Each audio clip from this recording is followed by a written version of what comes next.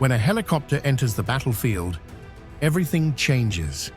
But here's what most people don't understand.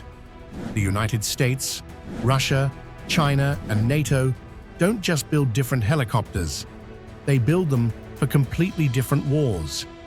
And in 2026, that difference decides who controls the ground. Drones get the headlines. Stealth jets dominate the skies. But when you need to hold territory, extract a team under fire, or deliver devastating firepower at treetop level, nothing replaces a combat helicopter. Here's why. Helicopters operate in the space jets can't touch, and drones can't survive. They hover behind ridgelines. They fly nap of the earth through valleys. They land in clearings smaller than a tennis court and deliver troops directly into the fight. Close air support, special operations insertions, anti-armor strikes, medevac under fire. Helicopters do what no other platform can. And despite advances in surface-to-air missiles and loitering munitions, modern combat helicopters have evolved. They carry countermeasures. They network with satellites and ground units. They stand off and kill from range. The battlefield has changed, but the helicopter's role hasn't disappeared. It's adapted. So when you compare the helicopter fleets of the world's major powers, you're not just comparing machines, you're comparing visions of warfare itself. To understand who dominates, we need to compare these platforms across the same battlefield criteria. Mission role.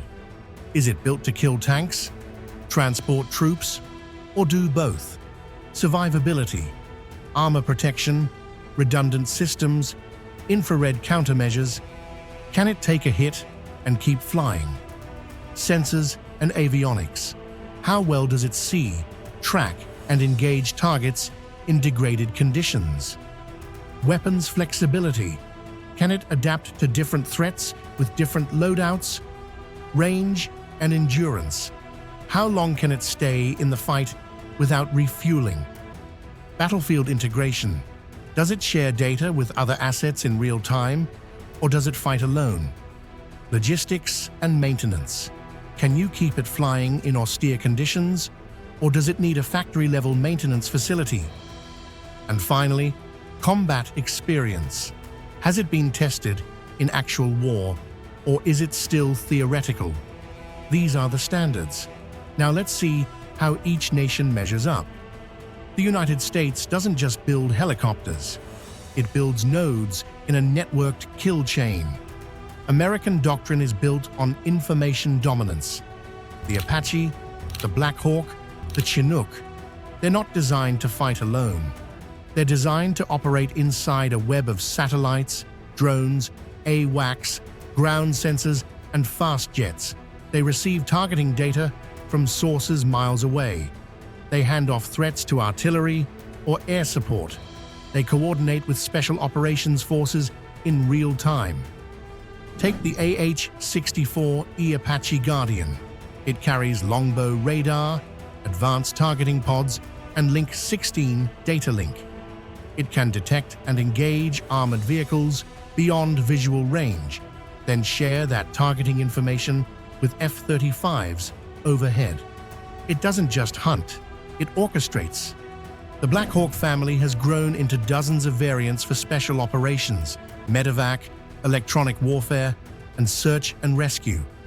The MH-60, used by SOCOM, can operate at night, in any weather, refuel in flight, and insert teams silently into denied territory. It's not just a transport, it's a precision instrument. And the CH-47 Chinook remains the backbone of heavy lift because it works.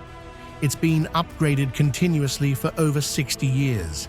It carries more, flies higher, and operates in hotter conditions than almost anything else in its class. But this philosophy has a cost. American helicopters are complex. They require advanced maintenance, trained crews, and robust supply chains. They're expensive to operate and difficult to export without compromising capabilities. And in a high-intensity conflict against a peer adversary, with dense air defenses, their reliance on electronics and network connectivity could become a vulnerability if those systems are jammed or disrupted. Still, when it comes to precision, sensor fusion, and multi-domain integration, no one does it better. The United States builds helicopters for wars where information is as lethal as ammunition. Russia builds helicopters the way it builds tanks: heavy, redundant, brutal. Russian doctrine doesn't assume perfect information or total air superiority. It assumes chaos. It assumes contested airspace. It assumes you're going to take hits. So Russian helicopters are designed to absorb punishment and keep fighting. The Mi-24 Hind is the perfect example. It's an attack helicopter that can also carry troops. It has titanium armor around the cockpit, redundant hydraulic systems, self-sealing fuel tanks. It's loud, it's intimidating, and it's been shot down countless times, but it's also survived hits that would destroy lighter platforms. The Ka-52 Alligator takes this philosophy further. Coaxial rotors eliminate the need for a tail rotor, reducing vulnerability. It carries the Vickers anti-tank missile, one of the longest-range helicopter-launched weapons in the world. And it's equipped with the President's countermeasure suite, which has proven effective against man-portable air defense systems in Syria and Ukraine. The Mi-28 Havoc is Russia's dedicated tank killer. Heavily armored cockpit, night vision, all-weather capability. It's designed to survive long enough to deliver devastating rocket and missile salvos at close range. And then there's the Mi-26 Halo, the largest helicopter ever put into serial production. It can lift a small building. It's been used to airlift other helicopters out of combat zones. It's crude by Western standards, but nothing else can do what it does. Russia's weakness is modernization. While platforms like the Ka-52 have advanced avionics, much of the Russian fleet still relies on older systems. Targeting pods are less sophisticated. Data sharing is limited. Precision-guided munitions are rarer. And the war in Ukraine has exposed vulnerabilities in doctrine, training, and logistics that no amount of armor can fix. But when it comes to raw firepower and the ability to operate in degraded low-tech environments, Russian helicopters remain formidable. They're built for wars where elegance doesn't matter, only survival does. Europe doesn't build helicopters for one war. It builds them for 20 different missions across 30 different countries. That's why European helicopters emphasize adaptability, multi-role capability, and international cooperation. The NH-90 is the result of collaboration between France, Germany, Italy, and the Netherlands. It's modular. It has versions for naval operations, troop transport, special forces, and search and rescue. It's designed to be reconfigured quickly depending on mission requirements. The downside? Early variants had reliability issues, but when it works, it's one of the most versatile medium helicopters in service. The Tiger attack helicopter, built by Airbus, is smaller and lighter than the Apache, but it's optimized for European needs. Precision strikes in complex terrain, anti-tank operations, and escort missions. It's been deployed extensively in Afghanistan and Mali. It's fast, agile, and deadly in the right hands. The AW101 Merlin is a masterclass in naval aviation, anti-submarine warfare, airborne early warning, troop transport, search and rescue. It operates from ships in the North Atlantic and the Mediterranean. It's expensive, but it's one of the best maritime helicopters ever built. Europe's strength is specialization. European nations don't try to build one helicopter to do everything. They build platforms tailored to specific roles and then share technology across borders. The weakness? Fragmentation. Too many programs, too many variants, too many supply chains, and political disagreements often delay procurement and upgrades. Europe has world-class engineering, but bureaucracy slows it down. Still, when you need a helicopter that can operate from a frigate in rough seas, insert commandos into mountains, or conduct precision strikes in urban terrain, European platforms are among the best in the world. 20 years ago, China's helicopter fleet was a joke. Today, it's a legitimate competitor. And in another 10 years, it might lead in certain categories. China's strategy is simple: copy, adapt, improve, and produce at scale. The Z-10 attack helicopter started as a derivative of European designs, but it's evolved into a capable platform with indigenous engines, modern avionics, and a variety of anti-tank and air-to-air missiles. It's not an Apache, but it doesn't need to be. It's designed for regional dominance in the Taiwan Strait and the South China Sea. The Z-20 is China's answer to the Black Hawk. Similar layout, similar role, but it's being integrated into a Chinese military that's rapidly modernizing its command and control systems. And unlike Russia, China has the industrial base to produce these helicopters in large numbers. The Z-8 heavy transport helicopter is based on the French Super Frelon, but China has upgraded it extensively.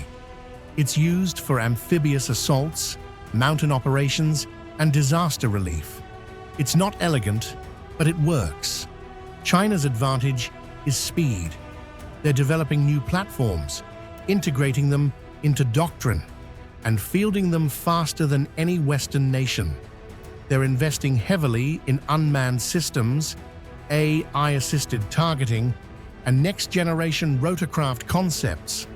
But they still lack one critical thing: combat experience. Chinese helicopters haven't been tested in high-intensity combat. They haven't faced peer adversaries. They haven't been shot at by modern air defenses. And that inexperience shows in doctrine, training, and operational readiness. Still, underestimate China at your peril. They're learning fast, and they're building an enormous fleet optimized for one specific mission: dominating the Pacific. So who wins? Attack helicopters, the United States. The AH-64E Apache remains the most lethal, most networked, most combat-proven attack helicopter in the world. The Ka-52 is formidable, but it doesn't integrate information the way the Apache does. Special operations, the United States again. The MH-60 and MH-47 fleets operated by SOCOM have no equal. They've conducted more high-risk missions in more denied environments than any other platforms on Earth. Heavy transport, Russia. The Mi-26 is unmatched. No one else can lift what it lifts. The Chinook is more versatile, but for raw payload, Russia wins. Naval and maritime operations, Europe. The AW-101 Merlin and the NH-90 are purpose-built for operating from ships in rough seas. They excel at anti-submarine warfare, surface surveillance, and long-range rescue. Future growth potential, China. They're investing more, building faster, and learning from everyone else's mistakes. In 10 years, they could dominate the Pacific theater entirely. The future isn't about replacing helicopters, it's about redefining them. Unmanned systems will handle the dullest and most dangerous missions. AI will assist pilots with targeting, threat detection, and route planning.